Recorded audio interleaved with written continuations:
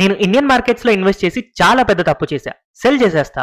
ఇలా రాహుల్ తన Indian friend రవితో అన్నాడు. అయితే ఇది జనవరి 2026 నిఫ్టీ ఆల్ టైమ్ హైలో ఉన్నప్పుడు జరిగింది. రవి ఒక్క నిమిషం ఆలోచించి, నీకేమైనా పిచ్చా, ఇప్పుడు మార్కెట్ ఆల్ టైమ్ హైలో ఉంది, ప్రాఫిట్ రావట్లేదంటావేంటి? అప్పుడు రాహుల్ ఇలా అన్నాడు, అది కాదురా, లాస్ట్ 3 years లో నిఫ్టీ 10% పెరిగింది. అదే టైంలో రూపీ వాల్యూ 10% పడిపోయింది. నేను పెట్టిన మనీ డాలర్స్ లో కదా, సో ఇప్పుడు మళ్ళీ డాలర్స్ లో చూస్తే మార్కెట్ పెరిగినా కూడా ఒక్క రూపాయి కూడా ప్రాఫిట్ నాకు లేదు. రూపీస్ లో చూస్తే ప్రాఫిట్ ఉంది, కానీ డాలర్స్ లో చూస్తే జీరో ప్రాఫిట్ రా.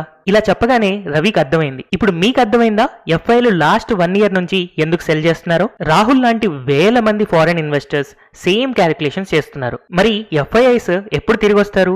మన మార్కెట్ ఏమవుతుంది? ఫుల్ వీడియో కింద డిస్క్రిప్షన్ లో అండ్ అలాగే కమెంట్ సెక్షన్ లో ఉంది.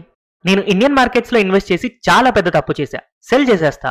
ఇలా రాహుల్ తన ఇండియన్ ఫ్రెండ్ రవితో అన్నాడు. అయితే ఇది జనవరి 2026 నిఫ్టీ ఆల్ టైమ్ హైలో ఉన్నప్పుడు జరిగింది. రవి ఒక్క నిమిషం ఆలోచించి, నీకేమైనా పిచ్చా, ఇప్పుడు మార్కెట్ ఆల్ టైమ్ హైలో ఉంది, ప్రాఫిట్ రావట్లేదంటావేంటి? అప్పుడు రాహుల్ ఇలా అన్నాడు, అది కాదురా, లాస్ట్ 3 years లో నిఫ్టీ 10% పెరిగింది. అదే టైంలో రూపీ వాల్యూ 10% పడిపోయింది. నేను పెట్టిన మనీ డాలర్స్ లో కదా, సో ఇప్పుడు మళ్ళీ డాలర్స్ లో చూస్తే మార్కెట్ పెరిగినా కూడా ఒక్క రూపాయి కూడా ప్రాఫిట్ నాకు లేదు. రూపీస్ లో చూస్తే ప్రాఫిట్ ఉంది, కానీ డాలర్స్ లో చూస్తే జీరో ప్రాఫిట్ రా.